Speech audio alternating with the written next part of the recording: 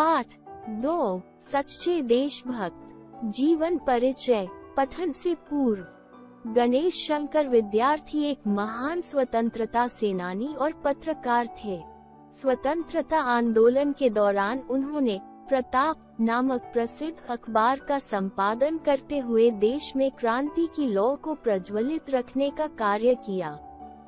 देश के प्रायः सभी क्रांतिकारियों के वे मार्गदर्शक थे। भगत सिंह तो कुछ दिनों तक प्रताप के संपादकीय विभाग में उनके सहयोगी भी थे। कानपुर के एक सांप्रदायिक दंगे में बीच बचाव करते हुए शहादत को प्राप्त हुए। प्रस्तुत पाठ में विद्यार्थी जी का जीवन परिचय दिया गया है। गणेश शंकर विद्यार्थी सच्चे देशभक्त थे। सामाजिक बुराइयों के निराकरण के लिए वे सदैव कटिबद्ध रहते थे। उन्होंने धर्मांधता कभी स्वीकार नहीं की। इस संदर्भ में उनका व्यक्तित्व कुछ संत कबीर जैसा था। अंतर केवल इतना था कि संत कबीर के चिंतन का स्रोत जहां ब्रह्म था, वही विद्यार्थी के चिंतन का मूल था राष्ट्र। राष्ट्र निर्माण के कार्य में वे हिंदू और मुसलमान दोनों की भूमिका महत्वपूर्ण मानते थे। 26 अक्टूबर 1890 ईस्वी का ही वह पुण्य दिन था जब इलाहाबाद के अतरसुइया मोहल्ले में इस महान विभूति का जन्म हुआ। गणेश शंकर के पिता श्री जयनारायण श्रीवास्तव फतेहपुर जिले के हथगांव के मूल निवासी थे। वे ग्वालियर में अध्यापक थे। गणेश शंकर की प्रारंभिक शिक्षा ग्वालियर के मुंगाबली नामक स्थान से ही प्रारंभ हुई। यही उन्होंने कानपुर स्थित क्राइस्ट चर्च कॉलेज से एंट्रेंस की परीक्षा उत्तीर्ण की। उच्च शिक्षा के लिए उन्होंने इलाहाबाद के कायस्थ पाठशाला कॉलेज में प्रवेश लिया, किंतु अर्थाभाव के कारण उन्हें 7-8 महीने बाद ही कॉलेज छोड़ना पड़ा। उनका विवाह इलाहाबाद के मुंशी विश्वेश्वर दयाल की पौत्री चंद्र प्रकाश देवी के साथ हुआ था। कॉलेज तो छूट गया, किंतु इसी साल उनका प्रवेश पत्रकारिता के क्षेत्र में हो गया। उन्होंने कर्मयोगी पत्र के लिए लेख और टिप्पणियां लिखकर अपने पत्रकार जीवन की शुरुआत की। इन्हीं दिनों वे सरस्वती के प्रख्यात संपादक थे। फिर वे महावीर प्रसाद द्विवेदी के संपर्क में आए और उनके सहायक बनकर संपादन में हाथ बटाने लगे। द्विवेदी जी उन्हें बहुत मान देते थे। कानपुर में अपने मित्र शिव नारायण मिश्र और नारायण प्रसाद अरोड़ा के सहयोग से उन्होंने 9 नवंबर 1913 से साप्ताहिक पत्र प्रताप का प्रकाशन आरंभ किया। यही पत्र उनके बहुमुखी व्यक्तित्व की अभिव्यक्ति का आधार बना। इस पत्र को उन्होंने अपने खून पसीने से सींचा। उन्होंने इसे अंग्रेजी सरकार के दमन, अन्याय और शोषण के विरुद्ध एक कारगर हथियार के रूप में प्रयुक्त किया। एक समय ऐसा भी आया जब उनका ये पत्र स्वतंत्रता संग्राम का पर्याय ही बन गया। अंग्रेजी सरकार बार बार इसे बंद करने की धमकी देती रही, किंतु अपनी दृढ़ इच्छा शक्ति, गहरी सूझबूझ, निर्भीकता, विलक्षण प्रतिभा और निष्पक्षता के बल पर गणेश शंकर विद्यार्थी ने अपने जीवन काल में प्रताप को कभी मंद नहीं पड़ने दिया। 22 नवंबर 1920 से प्रताप अपनी लोकप्रियता के बल पर साप्ताहिक से दैनिक हो गया। अनेक पत्रों ने इसे अपना आदर्श बनाया और इनके संपादन से प्रेरणा ली।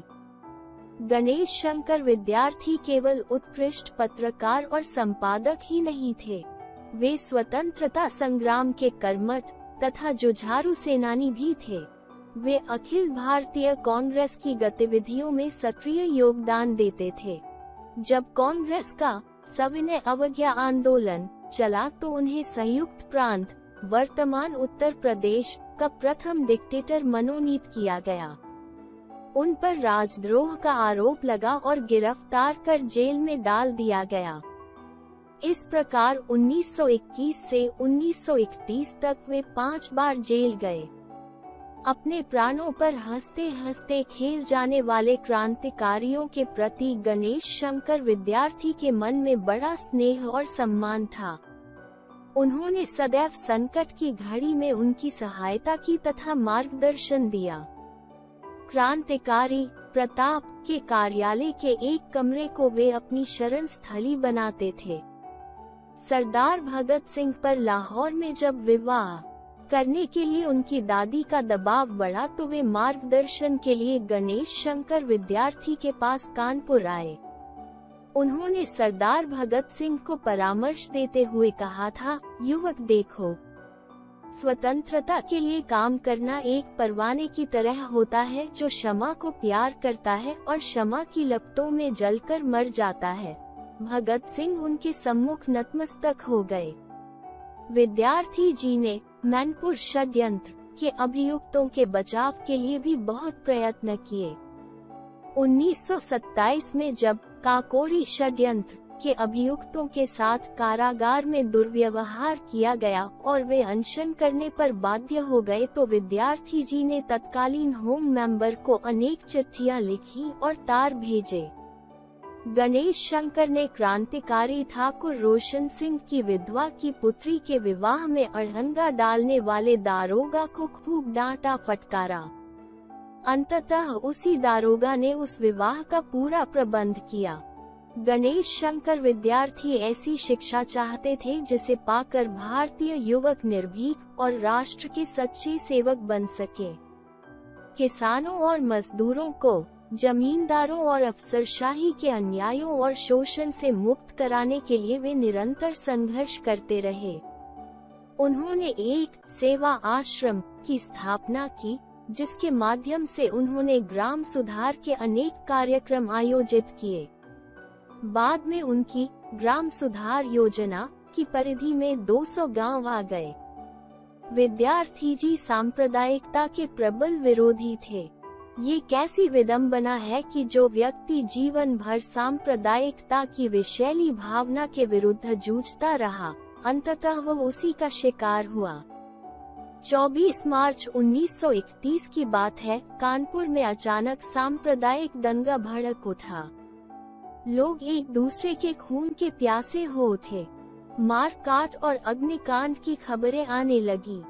विद्यार्थी जी इस स्थिति में मूकदर्शक बनकर बैठे नहीं रह सकते थे। वे निकल पड़े लोगों को बचाने और समझाने के लिए। वे स्वयं को बचा नहीं पाए और दंगे का शिकार हो गए। 25 मार्च 1931 को उन्होंने आत्मोत्सर्ग कर दिखाया। उनकी कथनी और करनी में अंतर न था। गणेश शंकर विद्यार्थी जैसे लोग बिरले ही होते हैं। ऐसे लोगों के लिए किसी राष्ट्र को हजारों वर्ष तक प्रतीक्षा करनी होती है। संकलित